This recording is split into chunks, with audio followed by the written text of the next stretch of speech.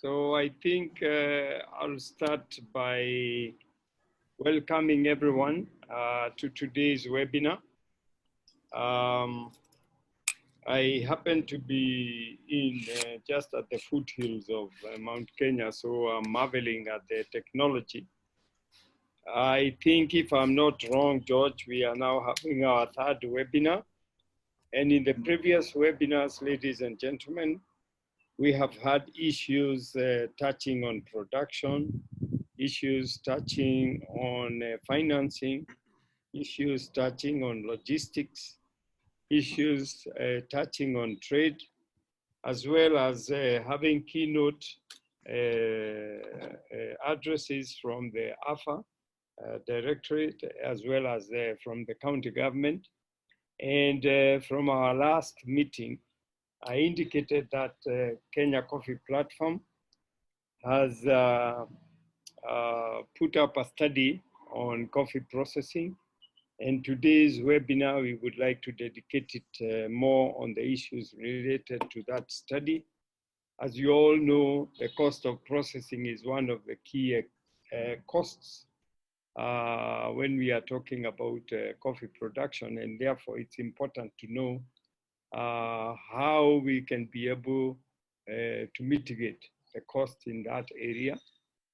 And maybe before we get to the consultants who are conducting this study, I would just ask George to give housekeeping matters.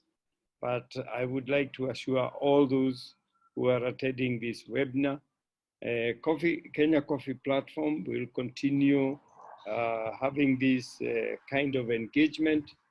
May it be in policy, may it be in informing all our producers, as well as those in trade, on the happenings of the coffee industry. I think this is the best way we can be able also to guide our people. Thank you very much, Chairman, and good morning to you all. Just to a bit of housekeeping. First, this webinar is being recorded, so hopefully even after we finish, you will have the chance of getting all the information that has been shared in this meeting. And two, like you all see, there will be a bit of information that will be presented to you today, and we are sure you will have questions. So we would kindly ask that you direct all the questions to the question and answer box, one for ease of ensuring that we answer all of them, but also just in case we are not able to answer, then we will be able to share the answers with you as a follow-up. We have, of course, the people that support the farmers, either non-governmental organizations or community-based organizations being the most. But as usual also, farmers come second, but you can also see their service providers also being there to support the farmers, the national government being with us. The county government hasn't come in yet, but I am sure you can give them the benefit because they come from far. And that's it. So that is who is in the room. Then the agenda for the day is quite detailed and focused. So we just had the welcoming remarks, and after this we'll move straight into the study. But just to set the scene, the idea of these studies, as the chairman has mentioned, is really to ensure that one, we are looking at the areas that of course affect the way we do our coffee. And two, also in ensuring that even as we talk about the price going up and down, that we are very clear about what the costs of this production are. And we are very grateful, to the German Development Corporation, GIZ, for supporting this study. And without much further ado, I will move the screen sharing to our presenters who will introduce themselves and then share the study with us. Thank you. So thank you, Chairman. Thank you, George, for for the great introduction and also for giving us the opportunity to undertake this study. My name is Andrew Karanja. I represent a consulting firm called Best Resource Associates Limited.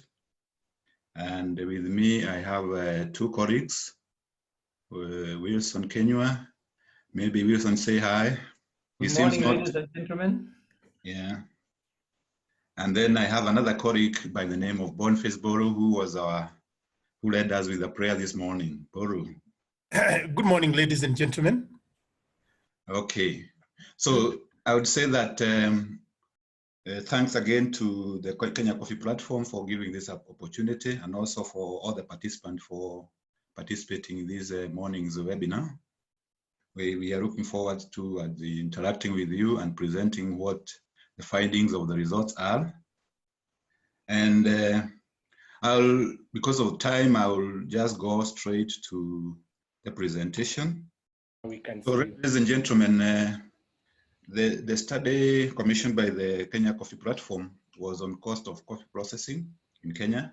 I'll be giving you a brief introduction, and then I will invite my colleagues to take us through the other parts. So the title of the study was the cost of coffee processing in Kenya. I hope you can be able to see the screen. The objective of the study was to, first of all, as a part of introduction, we know that the Kenya Coffee Platform is in a family of the wider global platforms of coffee, which were initiated around the world. And so this study was also to contribute to that global benchmarking on drivers of economic sustainability of coffee. And participants will not recall that there is a big concern globally on the sustainability of coffee farming, mainly from the pressures coming from the prices, which have been moving up and down. The cost of production has also been going up, and other issues like climate change, which has been putting pressure on producers. So the objective of the study, the broader objective of the study, was to contribute towards this global benchmarking. However, coming straight now to the Kenyan study, the study was to undertake an in-depth study on the cost of both wet and dry processing. That is what happens in the wet mills and what happens in the dry mills, and the costs associated with that. So in doing that, the study tried to establish what is the cost of processing coffee in cooperatives, as we know, and also in the estates, both in the wet mills, And then after establishing that, the study also looked at factors determining that cost. What are the cost factors? And we will be able to, as we go along, to let you know what are those factors. Then at the milling stage, what are the cost of milling and other charges across the millers? We know we have several categories of millers, both the commercial, the grower miller, and also some some county-based mills. So those are the key, that was one of the key objective. And then this study was also was geared towards filling the data gaps so that we can identify opportunities that can help us reduce the cost, enhance efficiency, and also some of the best practices. What is the industry showing us? How does it compare? I know there are some good ones, there are some inefficient ones, so those practices to be identified. And of course, at the end of it, the study aimed at looking at what does the cost of processing, what is the impact of this cost on farmers' earnings? As an overview, I would like to say that what came out is that the coffee farmers, as their global counterparts, are facing reducing incomes due to falling productivity and rising costs. So there is a squeeze. And comparing with other countries globally, the big producers like Brazil and Vietnam, and also comparable countries like Costa Rica, what is coming out in Kenya is actually shared globally, that farmers are facing reduced income and falling productivity. And the other outcome is that the biggest potential for improving these incomes of farmers, although it is based on productivity, that is the growth in yields, the growth in cherry intakes and others, there is also important income gains which can be gained by improving the efficiency of processing. And this is particularly important for a country like Kenya because we are quality based. And quality, as we know, is the selling point for Kenyan coffee. So if we don't do anything, everything right and at the processing stage, we tend to lose our quality. So processing becomes a very key important factor or process within the Kenyan context.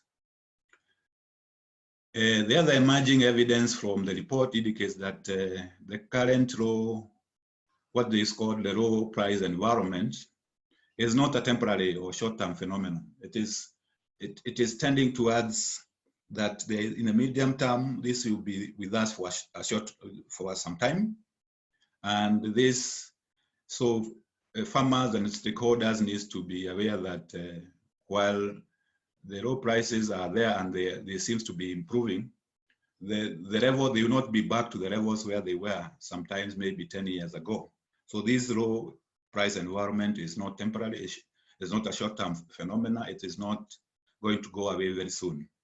Similarly, globally and in Kenya, it is the review indicated that one of the issues which is affecting the cost is rising costs. And rising costs are also having a long-term trend. They are increasing day by day. Before then, if you can remember, it's maybe to pick a debe of coffee was only 50 shillings. Today is maybe 100 shillings, and there is pressure for more to be given to labor. So that is going to continue. And the other one, the other long-term issue which is coming into play is the sustainability is being exhibited by the negative impacts of climate change and variability. And this definitely, most of the participants have witnessed this. Even in Kenya, we are having issues to do with weather. Production is being affected. When weather is changing and cold weather is coming in where it's not supposed to be, it is also affecting issues like drying of coffee. So this is going to be part of us going forward. And so we need to take care of that. And what I would like to do now is to invite my colleague, Boniface, to take us through how we did the study, highlighting some of the methodological issues. So Boniface. Thank you very much, Andrew. Now, to design the draft templates, what we did was first of all to map out all the processes from the time that the cherry is delivered from the farm to the primary wet mill, up to the time when the clean coffee beans are bagged and stored in the designated warehouses. Now, using the literature review, we made a great effort to strike a balance between cooperatives and estates. First of all, based on their contribution to the national coffee output, also the regional production profile, the agroecological zones, and also the ownership configurations. I will discuss this in another, but apart from that, we also corrected. So basically what we did is that we corrected quantitative data on the cost of processing using a combination of digital and paper-based questionnaires. And we analyzed this data with the MS Excel because it's simple and it is widespread. And in addition to that, we also interviewed secretary managers in cooperatives, as well as the managers in both small family, as well as large estates, as well as the milling companies. Now, we have some challenges here in the data collection because, of course, we were doing this within the time of COVID-related restrictions. And in addition, of course, there was a lack of records. And in some cases, even in cooperatives, we saw inconsistent or misplaced information, and also we also had limited opportunities of bringing large number of say growers to discuss this because of those restrictions I talked about. However, to bridge that data gap that we identified, we use supplementary data such as audited reports from cooperatives, like from the State Department of Cooperatives and the Coffee Directorate in the Agriculture and Food Authority. Next. Now, as I said, basically the sample of the cooperatives took into account the following factors. First of all, the cherry intake, in which case we basically selected cooperatives and estates with high, medium, and low cherry intakes, as well as the type of wetting, the wet processing technology that they were using. In which case we selected those that were, had pulpers, disc pulpers, and also eco pulpers, because we wanted to bring all these factors into play. Also the agroecological zones, where we selected cooperatives in the high, and estates also in the high, medium, and low agroecological zones, and of course the sources of energy. Within the dry mills, we sampled a mix of commercial, grower, and county mills in different parts of the country. And as my colleagues will attest, we revised the template based on these lessons, so that we were able basically to align with the accounting records and to remove redundant information. Now, in general, these are the wet mills that we sampled: 8 from the cooperatives and 13 from the estates, and distributed like this. Next. And the 9 dry mills that we interviewed, that we sampled, are the ones that we have shown here, and you can see they have got different ownership profiles, because this then would also help us basically to see whether there is a difference between one in one configuration from one to the next. Next. So with this, then I'm going to ask my colleague Wilson to share with us basically what is the outcome of all this work. Thank you. Thank you, Boniface. I think we can move to the next slides. Ladies and gentlemen, before we delve deep into the cost of processing, let me take you briefly to some of the characteristic features that we found as we collected our data. Out of the 80 wet coffee mills from cooperatives and the 13 estates, you'll find that many or most of them are processing less than 150 kilos a year. For cooperatives, 33% of them are processing less than 150. And for the estates, about 67% of them. So you can see it's a very large proportion of coffee processors who are in the small processing stage. Then the next one that we looked at is those who are between 150,000 kilos to 500,000 kilos. And this is where the bulk of the cooperatives lie. For estates, that was about 11%. And then we looked at those who are about 500,000 kilos a year. And for cooperatives, about 16%. And for estates, 22%. Actually, as a matter of fact, for cooperatives, only 2 societies were processing more than 1 million kilos a year.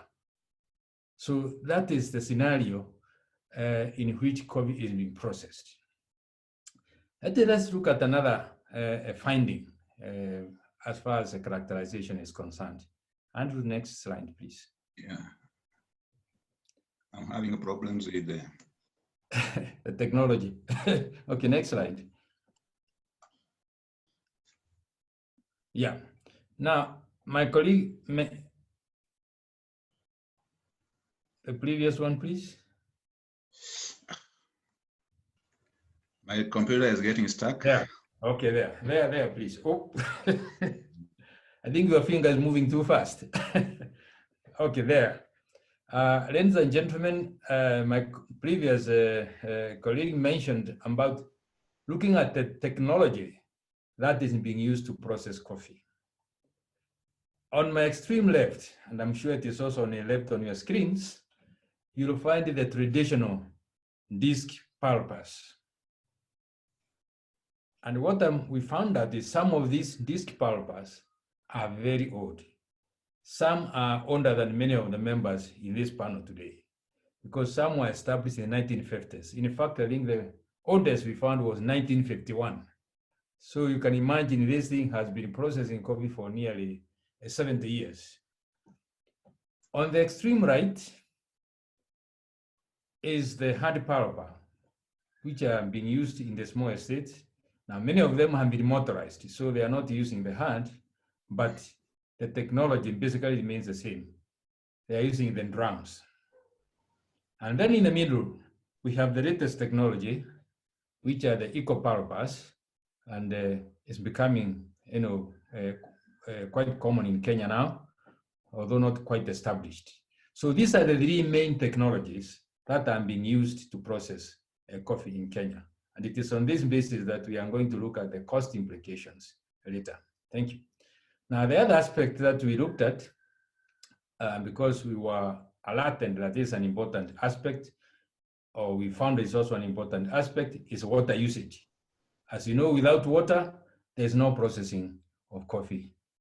Now, although some wet mills use gravity to obtain water, and mainly from rivers, most of them actually do pumping water. And you can see the picture on the left, on my right, is an extraction of water for use in processing. But water is not important just for physical processing. It's also important for quality. As my colleague mentioned, Kenya is quality-based. So how do they treat water so that it does not contaminate or make the quality of Kenya coffee poor? Now, on the left is a tank that is used for settling water. Most of these wet mills actually do settle water before they use it. Unfortunately, during the flash periods, when the coffee picking is at the highest, it also coincides with the periods when there are also heavy rains in this country. And therefore, there is very little time left for water to settle down. So you'll find that a lot of water being used during those periods has a bit of sedimentation or with the soil and so on. I'm sure most of you have crossed Tana River and other rivers when it's raining, and you can see how red it is, because a lot of soil erosion is also occurring in the coffee producing areas. Now the picture in the middle is unique.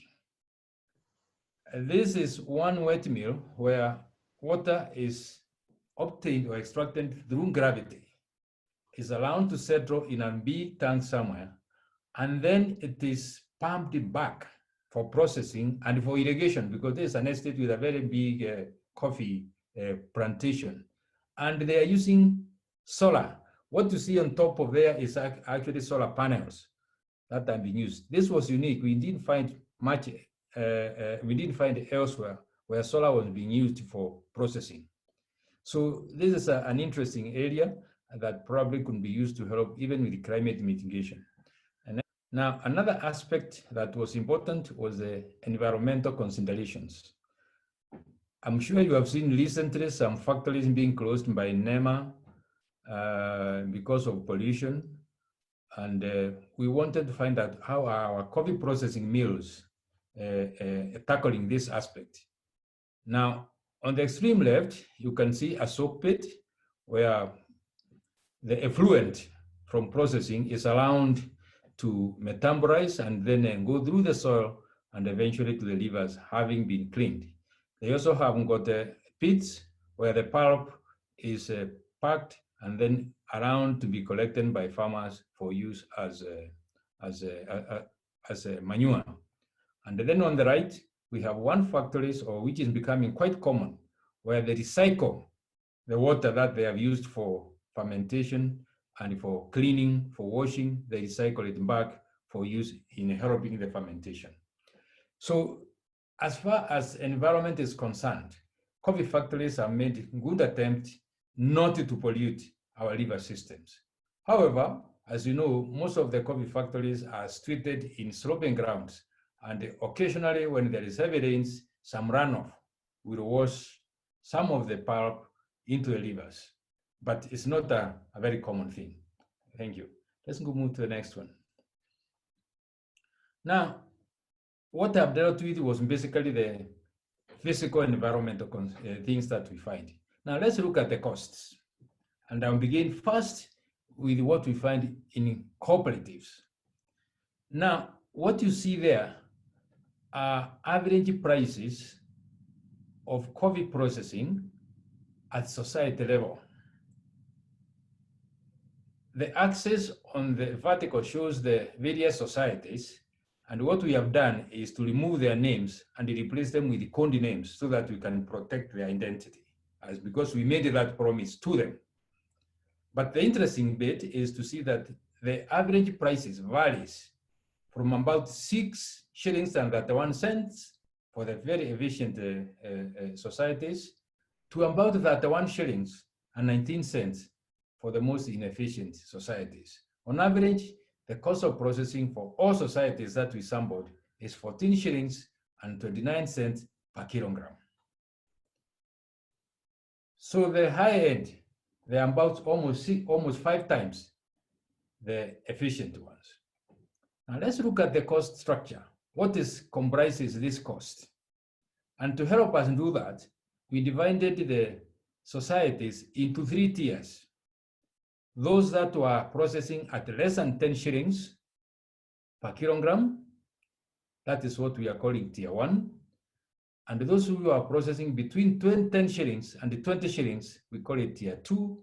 And those who are above 20 shillings, we call them tier 3. What can you observe? Quickly, first you can see that those who are in tier 1, on average, they were processing about 515,000 kilograms. Tier 2 were almost about half, less than half of that. And tier 3 were processing about 1/5 of the first category. And this has implications. Again, when you look at the price, those who are in tier 1 who are processing more, the average cost was 7 shillings and 60 cents. Those who are in the middle, 14 shillings and 70 cents. And the laggards were 26 shillings and 90, almost 27 shillings. So the cherry intake has a major contribution towards the cost of processing. But if you go down deeper, you'll find that permanent staff, cashiers, and other staff costs across all the 3 tiers is almost 50%. In fact, in some cases, slightly more than 50% of the total cost. So labor, as my colleague mentioned earlier, is a major contributor, and this is going to be a problem unless something is done because it is increasing in cost. The other key cost is repairs and maintenance, followed by processing materials, of course, because that is based on how much you are processing. But within that structure, there is something that also differentiates between the 3 tiers. Ladies and gentlemen, I would like to draw your attention to the line in yellow below there, borrowing costs. You will find that those who are efficient, their borrowing costs is very low, it's about 1%. Those who are in the middle, 4%. And those high cost ones, they are borrowing money expensively at 8% of their total costs. Something else interesting is about member education. Those who are efficient, they invest much more in educating their members. And probably this contributes to the cherry intake or what they are producing for their wet mills. So there is a correlation. Probably by investing more in your members, you are then likely to get the benefits of a more intake of cherry delivered to your wet mills. Next, please. Now, next slide, this slide. Now, this is a slide that brings very clearly the relationship between the cherry intake and the cost of processing. is giving more or less the same information, but this now is for all the 80 factories. What you can see is that the bars in blue are giving you the cost of processing. Sorry, the intake. And the line in red, which is a trend, gives you the cost. So you can see as the volume of intake declines, your cost also increases. So there is a clear message that if you want to reduce your cost of processing, then you must increase your cherry intake. Next, please. Now let's look at the estates. How do they compare to the cooperatives? For them, the small estates, the average intake was about 14,000 kilos. And for the medium and large estates, the average cherry intake was about 800,500 kilos. For the small estates, the cost of processing is 17 shillings and 84 cents. And you can see for the medium and large estates, it's almost 8 shillings, 7 shillings and 93 cents. An average for the all of them, about 13 shillings.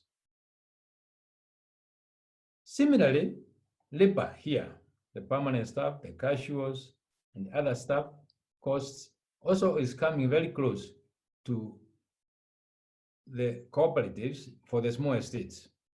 But for the large estates, the cost of labor is much smaller. It's about 34%. What we found for cooperatives, it was over 50%. So there is some efficiencies that are gained by using labor in medium and large estates. Something else that also attracted our attention is repairs and maintenance. They are slightly lower for the smaller estate, for the estates generally. Now, depreciation for the small estates is very small because maybe they don't recognize the importance of this aspect, or because their records are not well kept, they are not able to keep or to give sufficient information on the depreciation of the equipment. But for the estates, the depreciation is high. That's because also the equipment is much more valuable, they recognize this aspect, and maybe even for tax purposes, this is useful to them. So what we can cut from here is that labor is still a major aspect in processing. And the estates are much more efficient in the use of their labor than the cooperatives. Next, please. So the differences is basically what I've given you, that in the use of labor, the cooperatives are much higher and they tend to use more permanent staff, whereas the estates use casual labor much more. So for cooperatives, they are incurring the costs of keeping permanent staff even at the times that they are not processing their coffee. Cooperatives also have more structured management. Therefore, formalized record keeping and reporting, as you know, they are regulated, so they have to be reporting to the authorities, and therefore the need for them then to have clear record keeping. For the small estates, family labor is critical, but it's not well documented or even accounted for. And then finally, the borrowing costs for cooperatives weigh very heavily on their cost structure. So those are some of the key differences between them. Now, what about the technology? Because we dealt with technology. Obviously, cooperatives don't deal with the hand pulpers, but they do have other, the traditional discs and the copalpa. Now, how does the technology impact on the costs? So what we did is to define these processing institutions into the categories they fall. So, and what we find is that for cooperatives that use traditional disc pulpers, their average cost was 15 shillings and 31 cents. And those that were using eco-pulpers, the modern technology, their cost was much lower, almost 40% lower, at 9 shillings and 14 cents. And for the estates, those which are using hand power pass or the motorized hand power pass, their cost was 12 shillings and 45 cents. And those that were using traditional disc power pass was 15 shillings and 90 cents, very close to the cooperatives. But for those using the eco power pass, their average cost was 10 shillings and 10 shillings. Now you may ask, why these differences? Now what we found is that the eco power pass, of course, use less water. They use less labor because you don't require a lot of labor for washing, because you from the pulping you take straight. But we also found out that it is not enough for you to have adopted the modern technology. In fact, some of the societies that you find with very high costs of average cost coming close to 31 shillings and so on, were actually having eco power pass. And similarly, even the estates, which are the higher costs, were using eco power pass. What emerged is that it is not enough for you to adopt a modern technology. You must also accompany it with other restructuring. For example, if you used an eco power pass, but you still retained very high labor, a lot the permanent staff, then you are not benefiting from that technology. Or if your cherry intake was very low, then you are not using that technology effectively. In other words, you are carrying an expensive equipment that you are not able to make use of. It's just costing you. It's like buying a bus to carry just a few passengers. Next, please. So what is the impact of processing costs on farmer payments? And I'm sure here, most of the farmers now who are listening will be most interested. What you'll find is that those societies that have low costs are also the same societies that are able to pay farmers better. Now, the bars you see here in green are processing costs. So we started from very low societies to high societies. And then the line in yellow shows you the actual payments that farmers receive. And we make a trend, the one in red. It shows then that there is a declining trend. As your costs of processing increases, then you are not able to pay farmers well. So if you want to pay farmers well, then you must decrease your processing costs. This is still the message that this chart is trying to tell you. Next, please. Now, the previous slide about farmer payment has implications on compliance issues. For societies, as you know, there's a regulation that farmers should not be paid less than 80% of the sales. Societies should only retain 20% or less. Now, what we find is that for the low-cost producers and the medium-cost producers, about 68% of them were able to comply with that requirement. In fact, what we found is that one of the societies, which are the highest retention of only 9%, so paying the farmers about 91% of the sales. In the case of high-cost producers, those who are not able to meet 80%, the number was about 36%. Oh, sorry, it was the reverse. Only 36% of them were able to meet the requirement.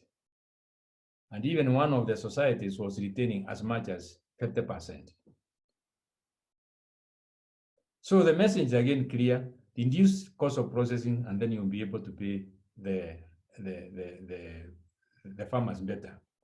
But why are those societies unable to meet that requirement? Basically because the 20% retention is not sufficient to meet their operational costs. That's why they're deducting much more than the required.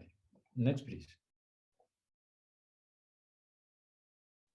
Now let's look at the dry mills or the milling. What did we find? On average,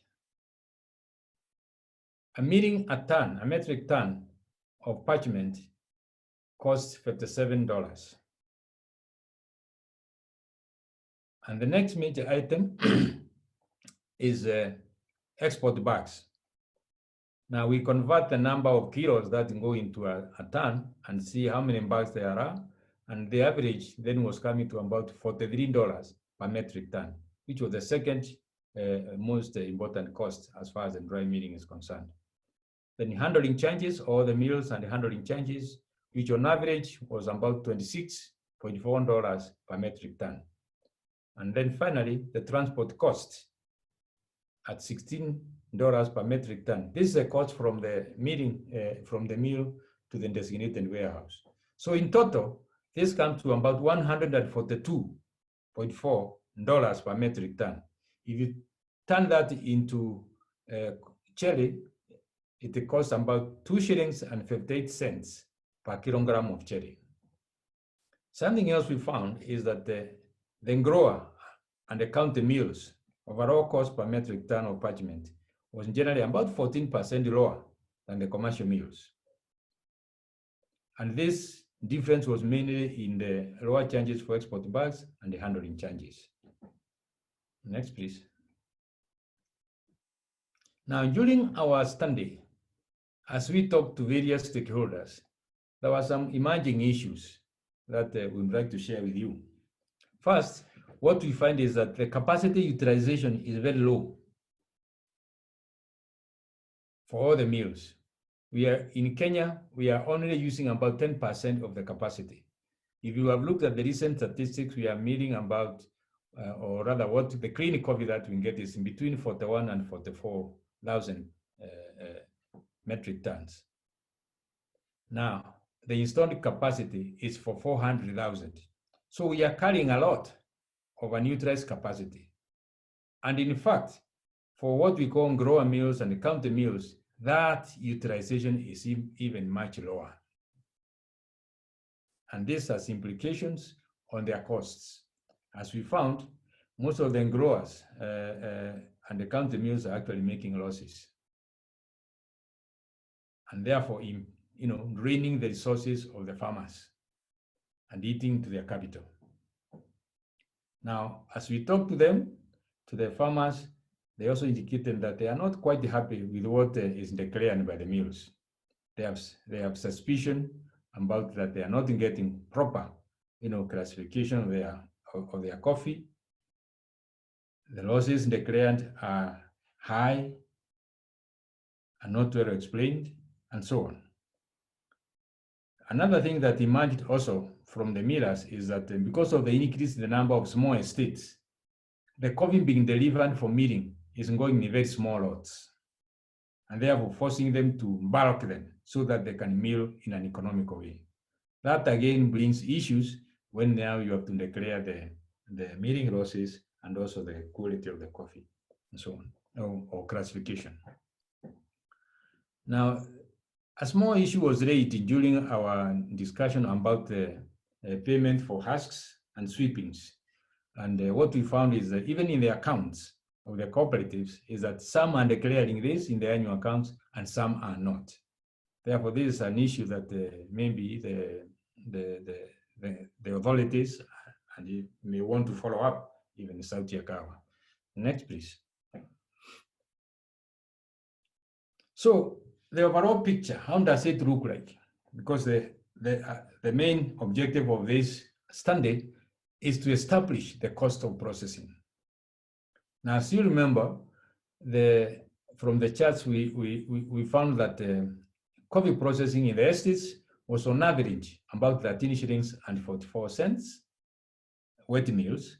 And then the dry mills, the cost is about 2 shillings and 58 cents per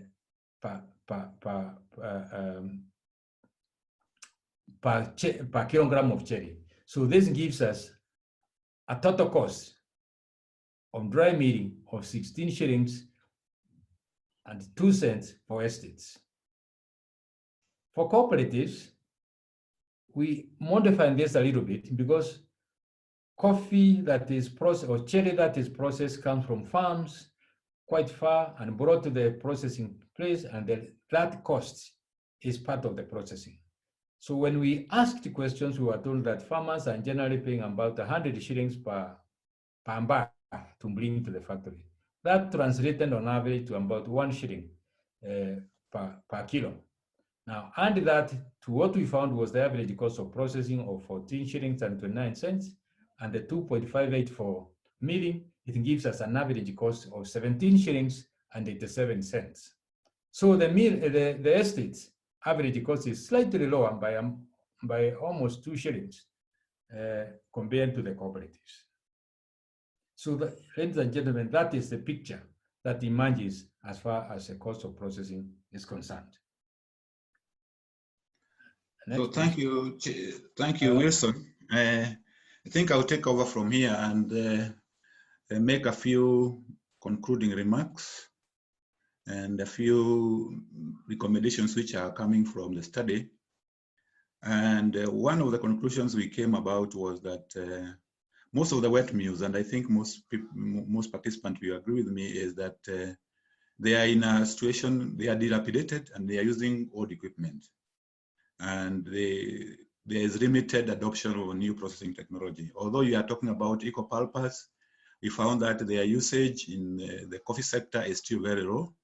There were reasons which were given, like issues to do with the cost, installation cost, but there are also misgivings which were coming, maybe related to quality, but those ones I think they need to be investigated.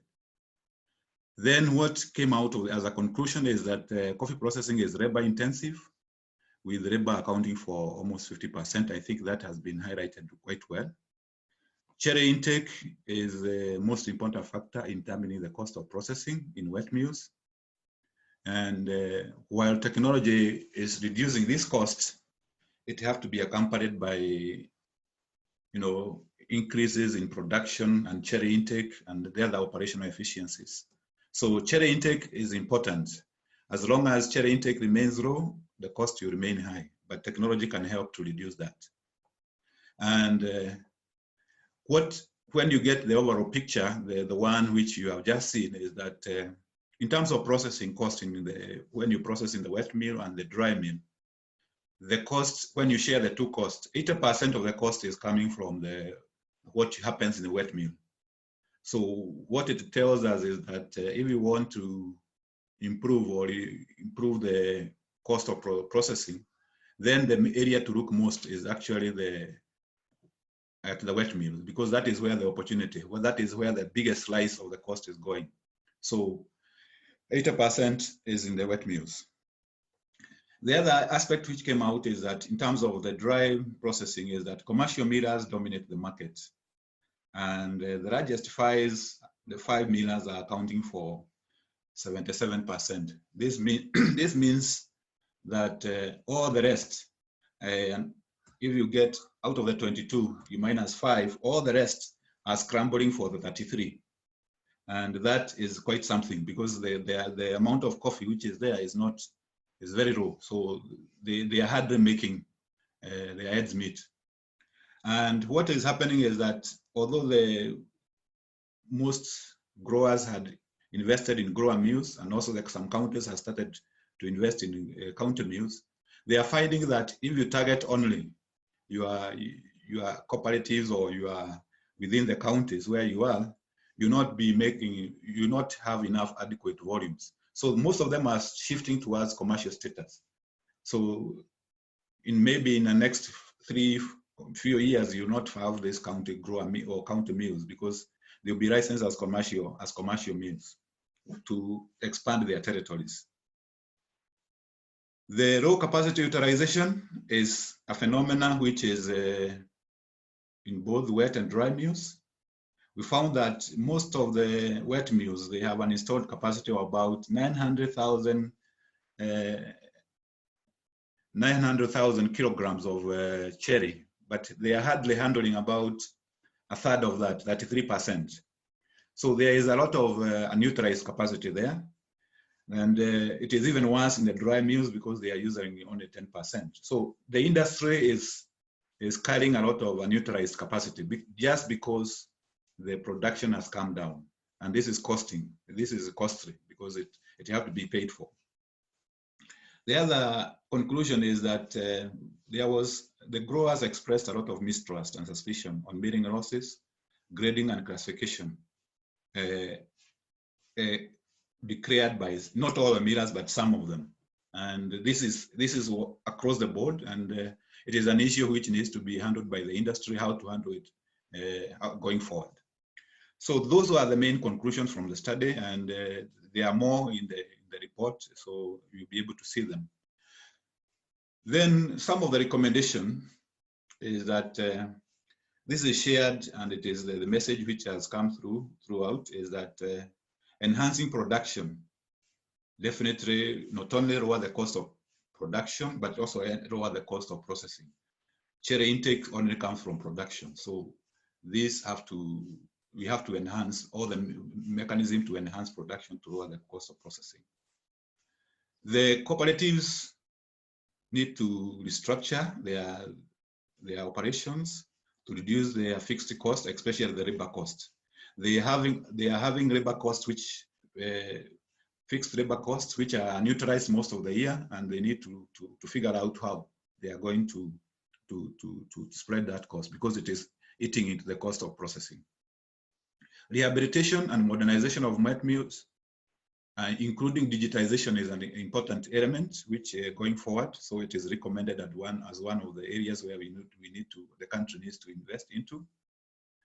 Standardization of financial reporting by cooperatives. We found that although we are using the accounts from the State Department of Cooperatives, both at the county and the national level, these are not standardized. You find one reporting one element, the other one not reporting another element. So going forward, maybe we need to standardize them so that we can use them as some source of data. To deal with the issue of the suspicion about milling losses and quality assessment, one of the recommendations is that we should have independent laboratories for independent assessment of milling losses and quality assessment, so that farmers can be able to submit samples where they can be able to cross-check with what they are getting from the millers. This is the only way they can be able to be assured that what is they are getting reported back is what is they got from those independent assessment, and this will remove their suspicion in the industry, because it's not very good. Then the other recommendation is that we should have a clear policy or guidelines on licensing of more mills in the country, especially the dry mills.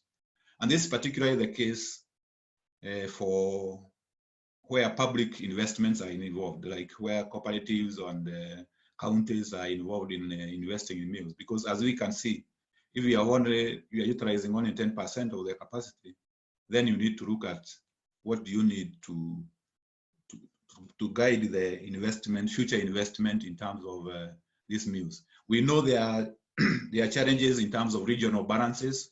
Some areas are not well served by these mills, but that can be included in the guidelines and feasibility studies be undertaken.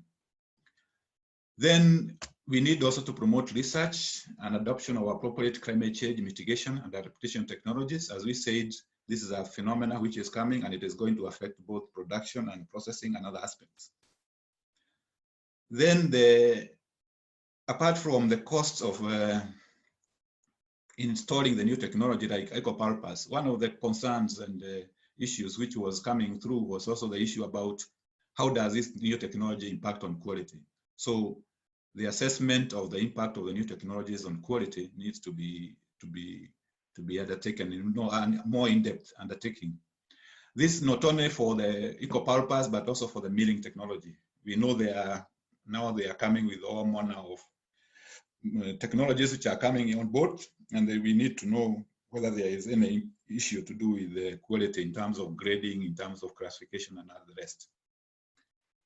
The issue about the study stated that family labor, especially for small farms, is not well documented, and one needs to understand this in a more detailed manner.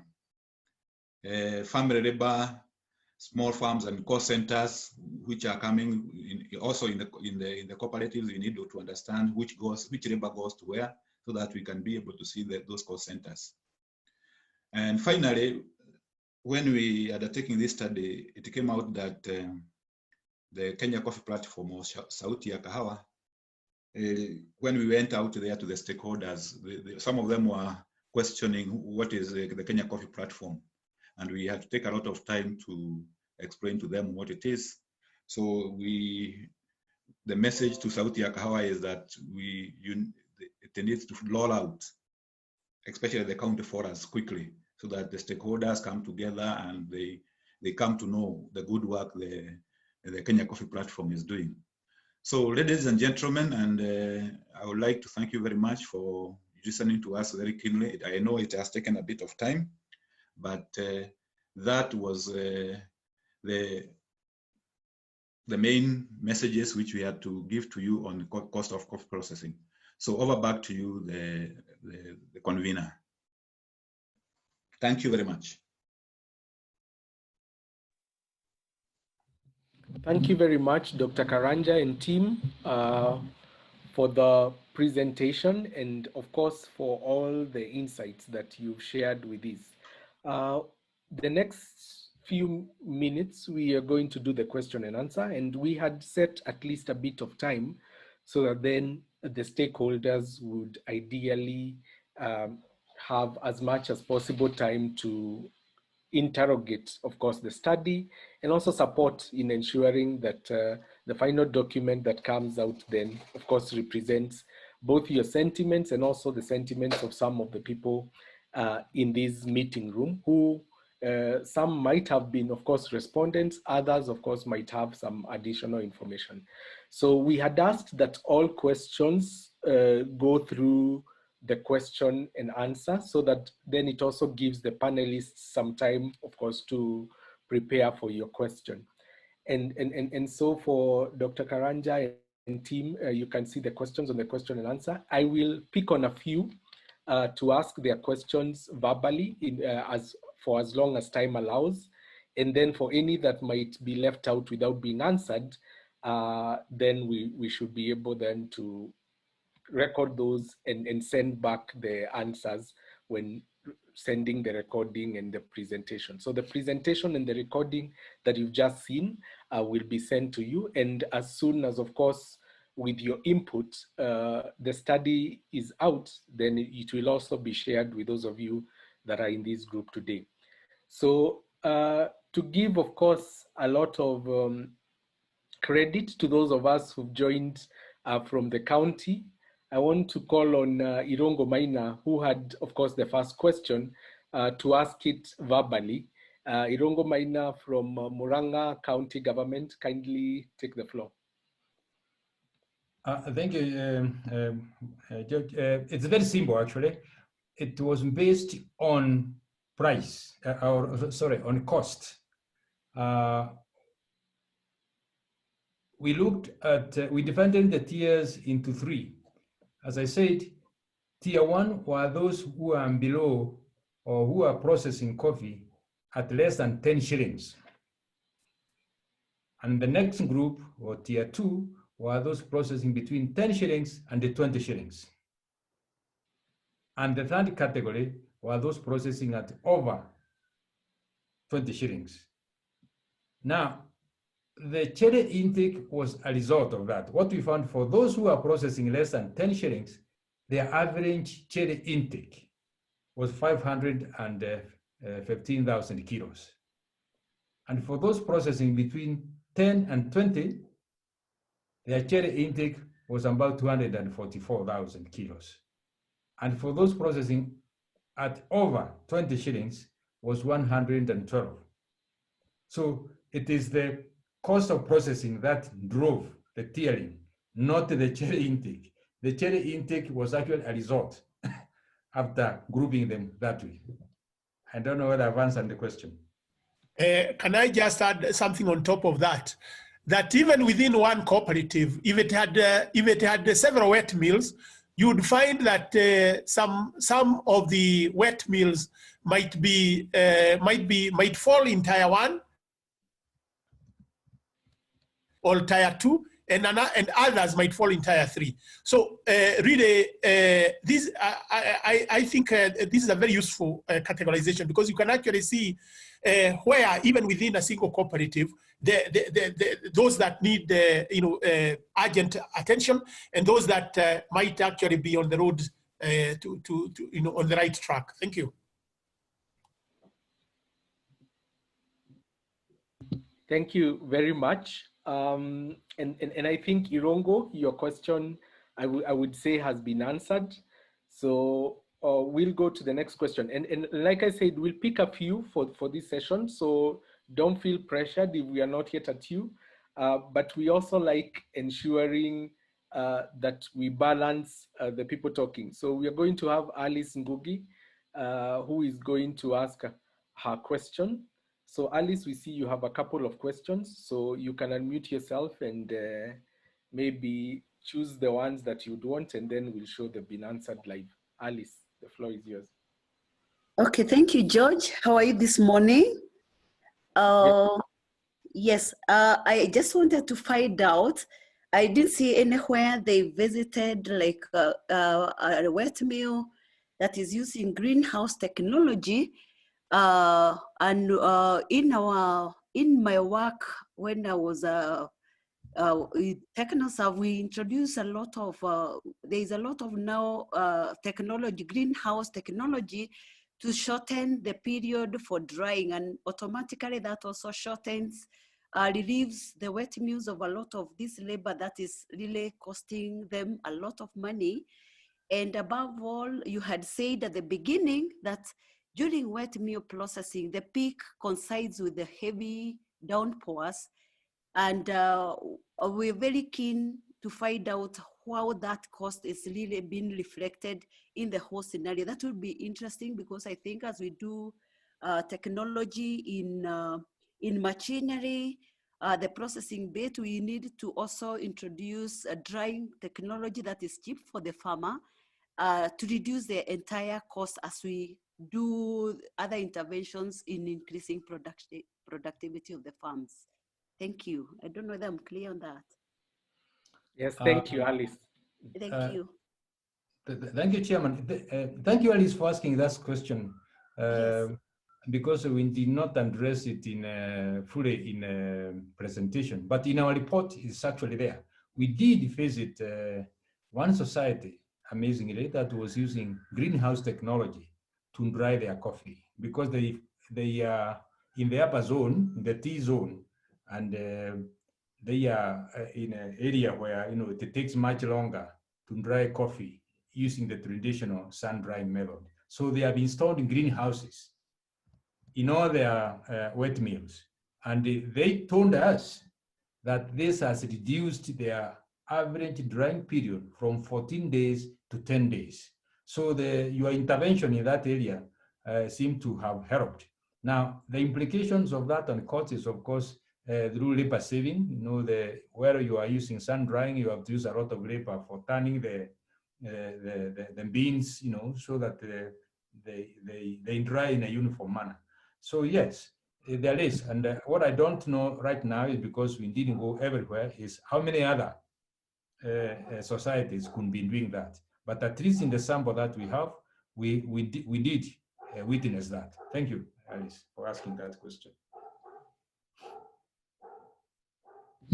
Thank you very much. And I think now we will go to Damberi. Damberi, I can see you've even put your hand up. So, and we also see you have a couple of questions. So kindly arrange them in a way that then it's easy for our panelists to answer. Damberi, the floor is yours. Good morning, everyone. Yes, I had a couple of questions, and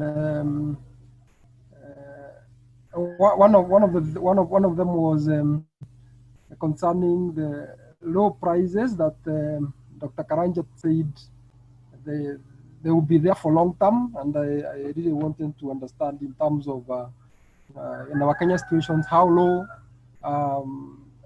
is that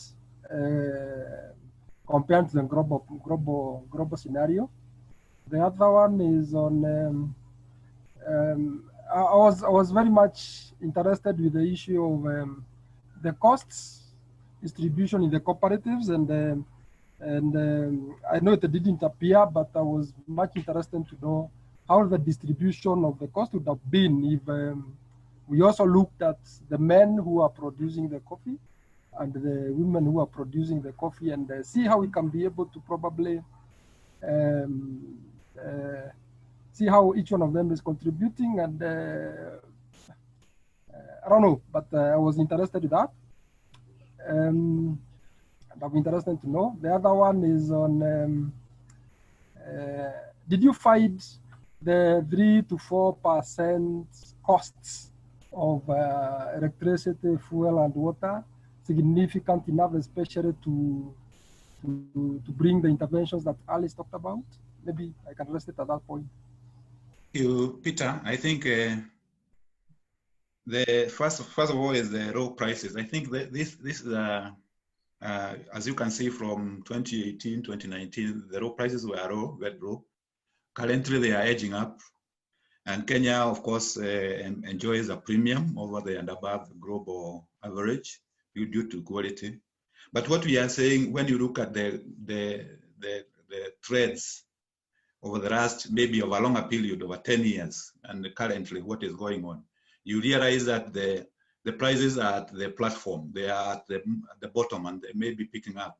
So that is what we are saying. It might take a long time before they go up to where they used to be, where you used to hit 300, 350, 400. So that you're going to take a long time because of the supply demand situation, which is in the globally. And also, of course, definitely this pandemic has not helped matters. So it will prolong the returning us to normal, but it will take a long time before we go up to where we used to be maybe in the beginning of the 2008 or 10 years ago.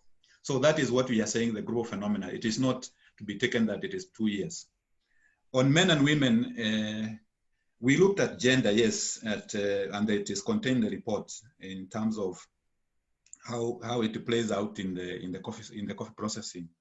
And however, what we did not look into, and I agree with you, is that we did not look at what does it take for men and women processing cost, in terms of processing cost, because when the coffee is delivered to the wet mills, it is not separated where it is coming from. It is all from all the members. So it is brought together, it is processed together. So it is difficult to isolate and say this is coming from women farmers and this is coming from men farmers. So although you could have seen the different membership of cooperatives, some have more women, some have less men, but majority of them have actually, most of them are dominated by men membership. So that is an issue which maybe, those are some of the micro studies we are proposing should be taken so that we now bring into focus more of these issues. In terms of the 4% energy, Wilson, would you like to comment? Yes, thank you, Andrew. Also to add to that question of gender, we looked at the mills that are managed by women vis-a-vis those which are managed by men. And there was no significant difference between the average cost in those mills that are managed by men or women. It looks like what matters more is not so much the manager, but the entire committee in relation to the cost. So you cannot say that the mills that are managed by men are more efficient than those managed by women. No, it's not true. But what we also found out is that in certain aspects of the processing, women are more than men. Like when it comes now to sorting, or rather, when the coffee is in the drying beds, women were more in, sorting the bad beans from the good beans and so on. As far as power is concerned, we had a problem because the accounts, the way they are normally organized in the cooperatives is they put electricity, fuel, and water together. So you need a micro study to go and find out how much of that lumped cost is electricity and how much is normal diesel and water. But interestingly, because you have raised the issue, what we found is many cooperatives are actually not even paying for water. But some are paying for water. What we can't tell at this stage whether it is a failure of the authorities, because water as a natural resource is not supposed to be paid for, or whether they obtained waivers, whatever the case is. I know this issue was raised, I think, by the chairman at one point. We investigated it, and we found that the majority of them are not paying for water. Okay, the other aspect is about power. I think this we have to give credit where it's due, is that most of our cooperatives now are on the grid line, thanks to the government electrification program. So most of them are using electricity for powering their processing plants. But however, most of them we found that most of them have retained both because of the instability in the electricity, the blackouts and what have you. So they are using both electricity and diesel. Diesel is being used as a backup. So the two systems are in operation, but the main one is electricity. Most of them are hooked to the grid now. Thank you. Thank you very much. And next, I will ask Josephine to ask her question. So Josephine, I will unmute you now. So Josephine, you can unmute yourself and ask your questions. Okay. Thank you, George, and good morning, everyone. My question was, I noted on the part for the estates, on the costs, debt was missing. Is it that the estates did not take up debt, or is it that they were not willing to disclose? Then my second question was, do we have figures for costs just specifically to processing and not involving the other admin costs like the board allowances and the insurance? Do we have costs that very specifically cover maybe electricity, the workers only, without involving the other admin costs, so that from a farmer's perspective, I can be guided, this is what it actually takes to process the cherry? That's it. Thank you very much, Josephine. And for those of you that don't know Josephine, she's the current chair of the Nairobi Coffee Exchange, representing the producers and also the treasurer of Kenya Coffee Producers Association. Thank you. So I think the first one on Josephine, thanks Josephine for your question. I think the one on estates. Yes, especially the small estates, some of them were willing to disclose, and the debt they take, but mostly they take these mainly what we call advances, and they were a very small proportion of their costs. For the larger estates, here I would say the major issue was disclosure. As you know, most of them, the larger estates, mainly they are companies, and the managers you meet there, they are not the owners of the company, and when we interrogate them, they might not have that information, or they might not be willing to disclose. So there was also a disclosure issue. Unlike in the cooperatives where you could get even the accounts and you could see what they are paying in terms of debt servicing, advances, and all that. So I would say that there is a statement in that area on debt, especially for the medium and large estates, because most of them are companies and they don't want to disclose that to maybe third parties. Wilson, I would like to the cost of processing without administrative, maybe you can answer to that. Yes, thank you, Andrew. When we look at the cost of processing, as my colleague had initially indicated, we mapped out the various cost centers, all the way from when the coffee is delivered to the wet mill up to the point where it's delivered to the designated warehouse. Unfortunately, records are not maintained by the cost center. For example, you cannot tell how much labor was used for washing coffee, or how much labor was used in sorting at the dry bed. Labor is labor as far as those factories are concerned. And this is where we are saying now we need another micro study where somebody goes and sees how much labor time, how many man hours or women hours are used actually in washing, how much women hours or man hours are used in sorting during drying. That's the only way you can now be able to tell how much is actual cost, which is processing minus, say, the committee allowances, minus the members' education, transport, and so on. But with the records that you have, you cannot do it, my dear. Thank you. Thank you very much, Wilson. I think for the next question, Mary Mongai, if it's possible, let me unmute you and maybe you can ask your questions now. Thank you. Hi, everyone. My name is Samuel Thuo.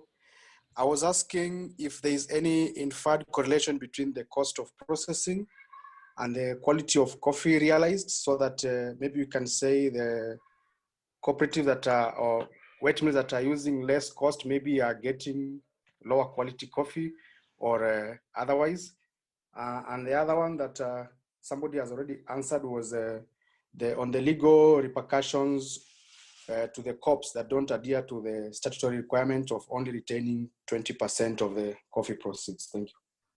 On the correlation, what's coming out clear, although we didn't go very deep into it, is that, and you find it in the figure we are presenting, especially on payments, is that those high, you can call them tier one, those who are producing and at a very low cost, actually they happen to have been paying the highest. And if you look at their, and this tells you a lot, because it's not only about the processing cost, it's also about the quality of the coffee they deliver. And as we are saying, they even spend money on the members' education, and that has a bearing on what is coming to the factories, to the wet mills. So there is a correlation, although we didn't establish a direct link, we did not probe further on that, but you could see even from the payments, from what they were getting from the milling records and all that, that they are delivering. Actually, they are doing good job in terms of even the quality of the coffee. On the legal implications, repercussions, this is an area which we are highlighting so that the concerned State Department and the Kenya Coffee Platform can take some of these matters up, because definitely when a cooperative or its chair is deducting 50% of the proceeds and retaining 50%, this is a major issue which should concern the regulatory authorities, because the guidelines is that you should only retain 20%. So the compliance issues, and this is what the farmers have been complaining. You are retaining much of my money to do whatever you want to do. So this is an issue we are raising, and this study is coming out clearly on what is happening, so that the regulatory authorities can also follow it up, because retaining 50% of the proceeds is 2 times or 2.5 times what is you are supposed to retain. In addition to what Andrew has said, I think I would like to add that there could also be a question of capacity of the State Department of Cooperatives, basically to follow through to enforce compliance. Because looking at the database of the number of cooperatives that are registered in Kenya, and they have been doing this since 1925, by 2014, there were over 10,000 registered cooperatives. Now, if you look at the staff establishment, which is charged with that responsibility of following and drilling down to what we have done in this study, I don't think they have the capacity to do that. Not when you have got 10,000 cooperatives, each one of them is required to make a report, and basically they also have to follow up before they are able to generate that. So I think this might just be an indication of just how important the sector is, and yet I don't know. I think there might be need to invest more in terms of support in this area. Thank you. Thank you very much. And we have the State Department of Cooperatives in the house. So if they want a right of reply, we can always put them through. So the next question, I don't know whether Mary, you managed to get your mic okay. If you can speak now. If not, then we will rush down to someone else this time.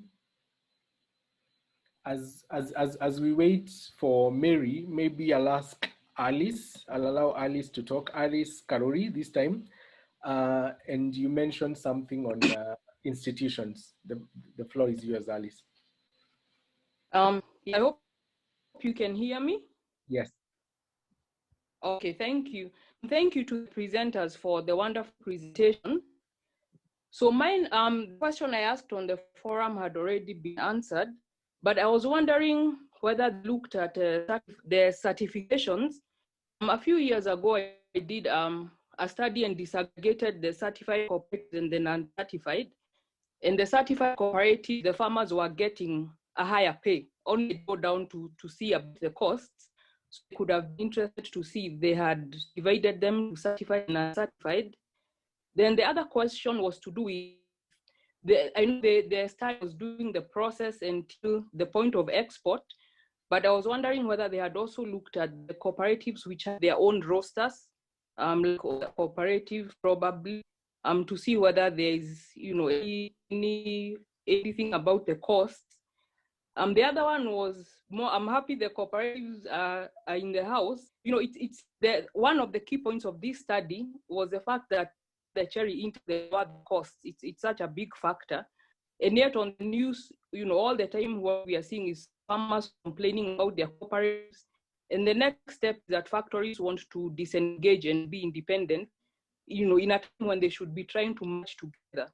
So I was wondering what is being done, because even when the management of cooperatives is found to have done, management of funds, there is no follow-up. So what can be done to regulate this and to bring them to account? Thank you very much, Alice. Dr. Karanja, back to you. Okay, thanks, Aris. Boniface, would you like to go first on the... Yes, let me mention something about the certification. Yes, indeed, we came across not just cooperatives that were certified, but also some large estates that were certified. And indeed, the cost of certification, depending on which certifying authority, was quite substantial. But there were a lot of other benefits that came with certification, which and they did not. So they did not actually mind paying the certification fee, because, for instance, one of the benefits of being certified that they disclosed to us was that they were able to market their product. Their product would be even labeled in the export market with their point of origin very clearly disclosed. So that gave them exclusive and high-end market. The other point that they had also managed to do was that they had attracted eco-tourists. If it were not for Corona, I think they are making money by, they charge about $10 per visitor. And we are talking about foreign visitors who come to their estates, and they are taken through they call it from the farm to the cup. So they take them through that whole process. So, but of course, there is a lot of investment that has to be made before they are certified. So that is something that I think that more cooperatives should go towards, because it will open up markets that otherwise would not be feasible. Maybe my colleagues may also want to add something on top of that. Yeah, I think the other issue, Alice, you raised is about adding value and processing. I think we also visited some societies which were doing value addition and things, definitely roasting. But our study ended up, we were looking at the two ends, the issue about processing at primary level and secondary level. We the terms of reference did not go to the issues about processing for roasting and all that. But we appreciate the fact that they are estates, they are cooperatives which are vertically integrated, in that they are doing all the work of processing, then they mill, then they go all the way to where they're adding value and actually roasting and doing that. And you could see the benefits which are coming. That came from the income side. You could see the income side is better than some of them, so compared to the rest of them. So that we looked into, but we were not comprehensive. The terms of reference did not extend to the issues about roasting. The other issue which you raised, which is very important, and actually it is a message which is cutting across and it is hidden here, is that this is about cherry intake. And I'm happy the State Department of Cooperatives is here, because we found societies which are doing even 80,000 cherry intake, and their cost, they are the ones which are doing 31. And they are, as we mentioned in the presentation, there were 1 or 2 which were doing 1 million kilograms, and you could see definitely what it means. So going forward, it's a matter of policy for maybe the State Department and stakeholders to agree. What we do is these small wet mills, which are high cost, inefficient. They are deducting almost 50% of the farmers' proceeds, and they are not actually, they are there just because some of the farmers want to have a factory, but in terms of efficiency, they are pulling everybody down. We found even in some big cooperatives, they have even decided to close. We encountered cases of 2 cooperatives, big cooperatives, which have decided, some of the factories, I think 3, they were closed, and the farmers were advised to take coffee to the next factory. So they are doing all that because they are trying, there's kind of amalgamating without going through the legal process. So that is an issue which maybe the State Department of Cooperatives and the stakeholders can take up, so that going forward, you can see how to organize the industry to reduce some of these high inefficient processing facilities.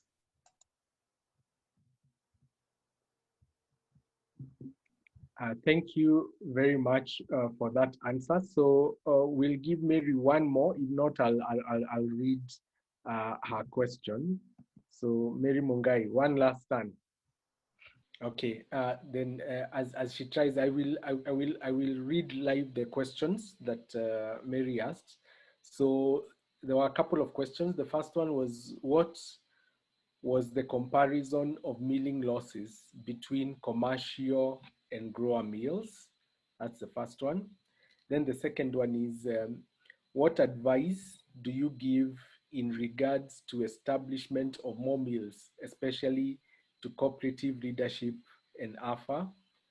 And I think the other question was, and for those of you that don't know, Madam Mary is the immediate former Commissioner of Cooperatives. So even as she asks these questions, I think she has a lot of experience in dealing with them.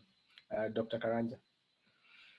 Thank you. Although we can't hear Mary, we appreciate her questions, and given her experience and her former job, we know she is aware. She is quite acutely aware of these issues. The milling losses, we looked at the milling losses from the outturn reports, from the milling outturn reports we got from all the cooperatives we visited.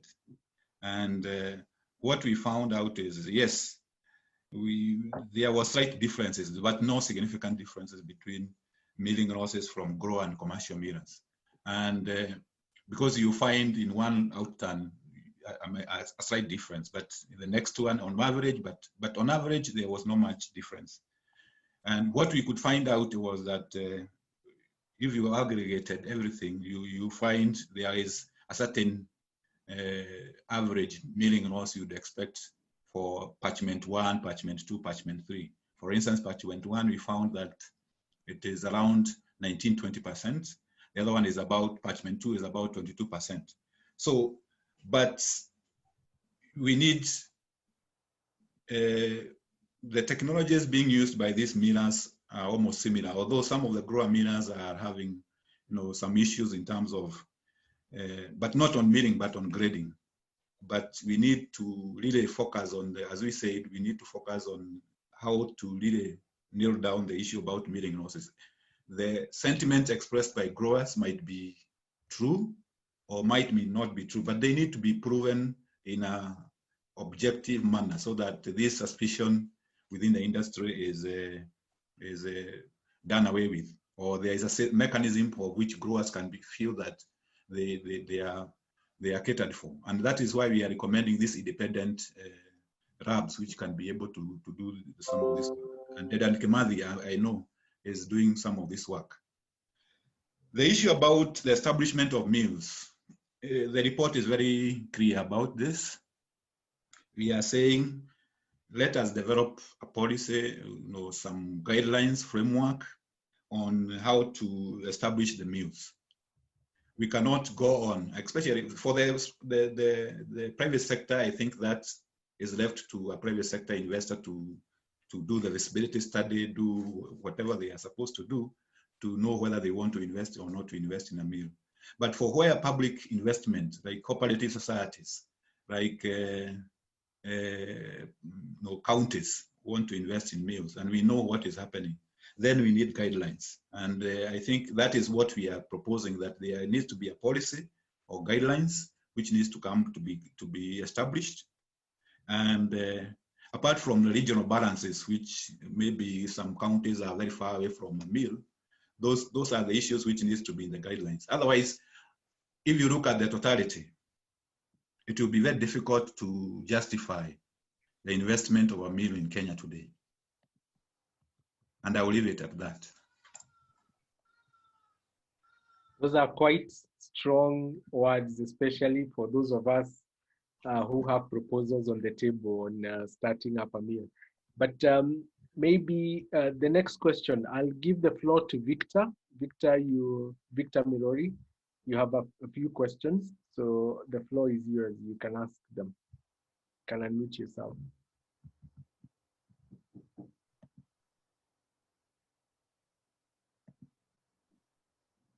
Victor? If Victor is having challenges, asking their questions, I'll look at some of the others that have been asked.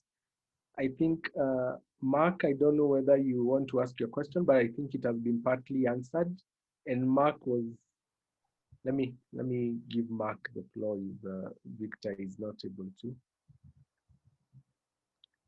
I don't know whether, Mark, you're able to. I know one of the recommendations was that we look more at ensuring the Kenya Coffee Platform. Victor, we hear you? Hello, good morning. Morning. Yeah, well, mine wasn't a question, but one, I appreciate the presentation that was there, quite rich in content. I was only requesting for the sharing of the same after the webinar. All right, thank you. Thank you, Victor. And for all of you, the presentation will be shared, but we'll also put you on the mailing list of the final report. And if you have any further recommendations or actions after you get the presentation and you go through this recording, please feel free to reach out to the panelists, and they will either add that as part of their report or they will include it in their final recommendations. We had a question from Wambui, and I don't know whether, Wambui, you want to ask it live. I don't know whether you're still in the room. As I can see, we are heading towards the end of the hour and some people are dropping off. Maybe, Wambui, you can ask the question. It was on recommendation on how to restructure labor. Okay. Since we're having problems with people unmuting. So Wambui's question was, give at least some recommendations on how cooperatives can restructure to reduce labor costs. I don't know whether the panelists have an answer to that. Yes, George, as we found that the there's a clear difference between the cost structure of labor in estates and in cooperatives. The estates tend to use more of casual labor so that they only use that labor during processing time, and they only left with skeleton staff for when there is no processing taking place. So I think there is some direction that cooperatives can take. However, there is a problem with the cooperatives because of separation costs. Some of the cooperatives are keenly aware that they need to reduce labor relative to the cherry they're intaking, as well as the need to get more of casual labor. But then, to lay off staff, it costs money. And with the little retention that they are getting, they are not able to do that. So they are keeping staff just because they cannot finance, the layoff cost. So unless the government comes up with some help on how they can help such cooperatives to disengage, it is going to remain a problem. So it's an issue that probably from policy perspective need to be looked at. Thank you. Thank you, Boniface. The next question, I think also in relation to that, are there any exciting new technologies in reducing processing costs identified during the study? This one was from Samuel to. We looked at the 3 technologies and tried to compare their costs. As in one of the slides, you will see that the copalpas, generally, the cost was much lower than using the traditional disc pulpers. But there was a reminder that you must have the right other mix of factors so that you can benefit from the technology. So you need to have the proper labor structure, you have the necessary or rather the required cherry intake level.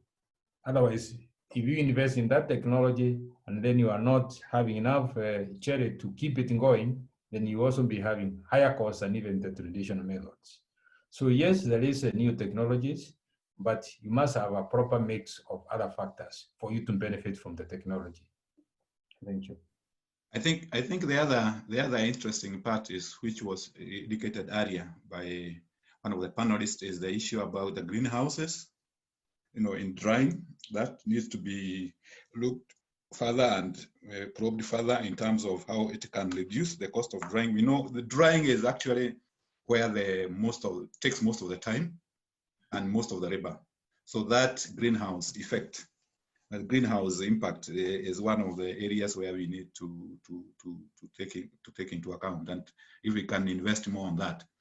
The other processing method which came about is, I think, is what they are calling the honey method, the honey processing method, where coffee is processed, and it is we encountered it in one of the estates where they are processing their coffee intact with the mucilage in, and then they pulp it, and they are saying there is a niche market which is for that particular kind of coffee.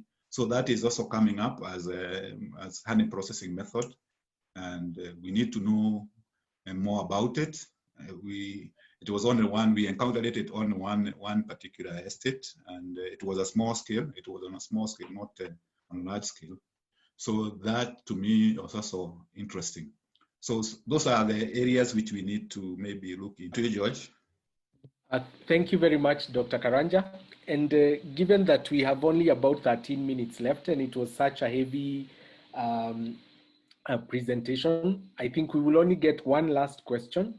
But I want to inform, because I've also realized that people have started leaving. I think they've had their answers and so on. So when you exit, there will be a question on, some of the topics that you would want answered in future meetings.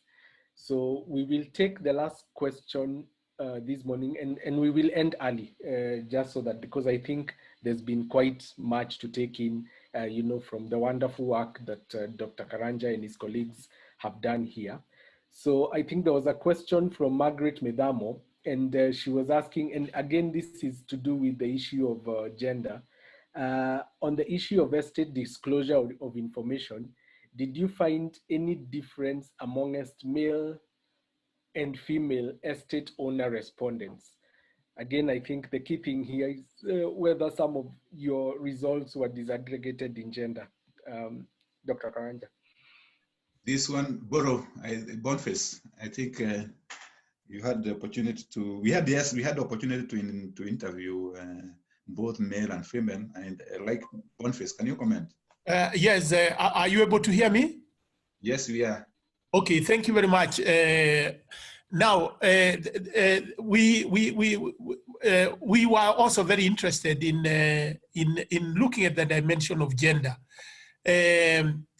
However, as you will appreciate, one of the challenges in getting data from the estates is that data is either not either there are no records, or that there is no willingness to share those records. So as Andrew had indicated earlier, what retro we had, we did not feel confident basically coming and showing it that this is how the gender disaggregated data looks like in terms of the processing.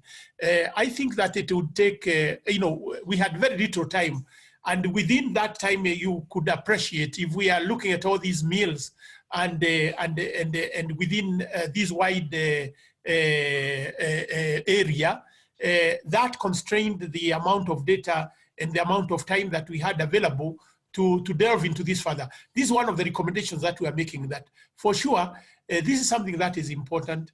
And I think that at some point it might be necessary to support a study that will look at that in depth.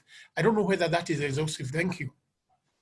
Okay, thank you, Boniface. I think that that's it. And the other challenge maybe panelists we faced with the estates, and which should have come out clearly, is that there is very little, both production and processing takes place in the same farm.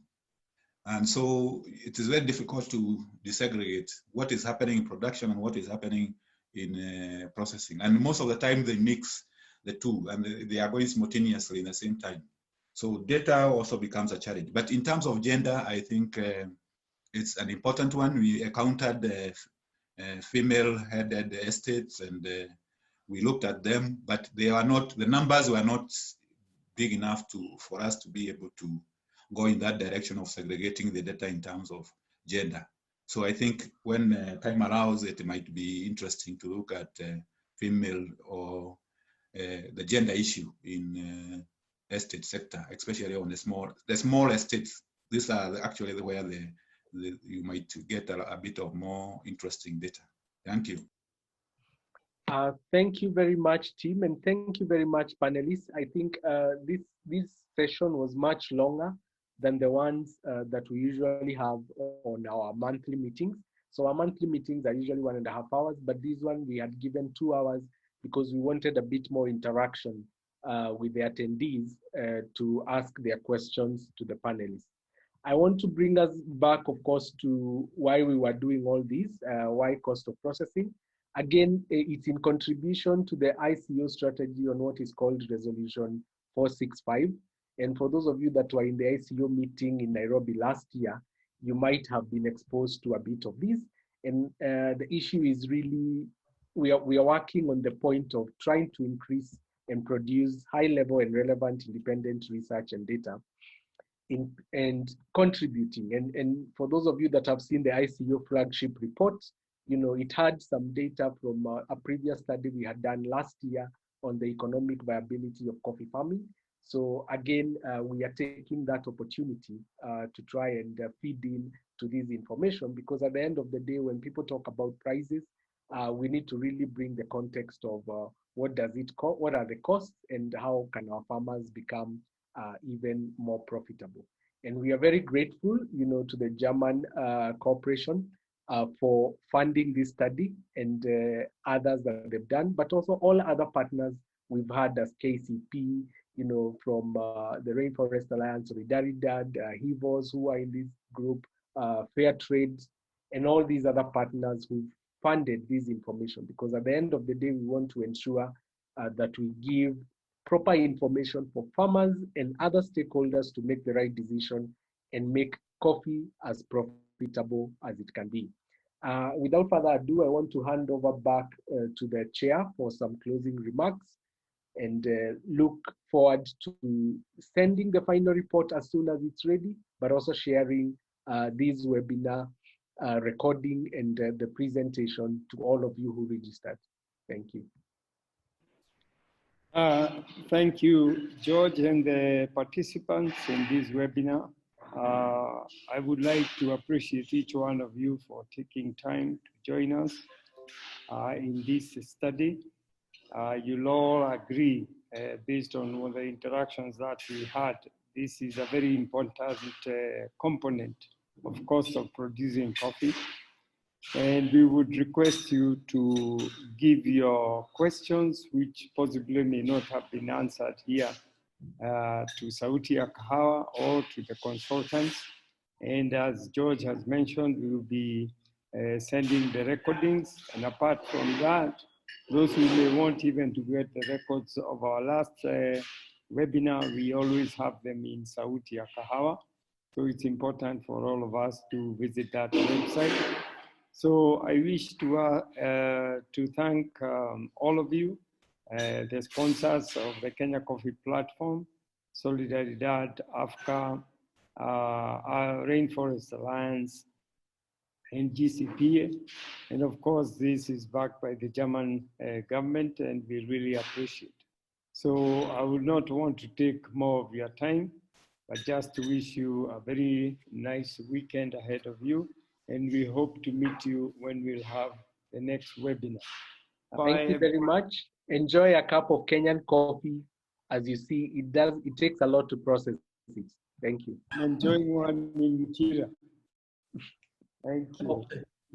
And of course, in terms of reaching to the counties, our chairman is calling from the slopes of Mount Kenya as they talk to the Kirinyaga stakeholders.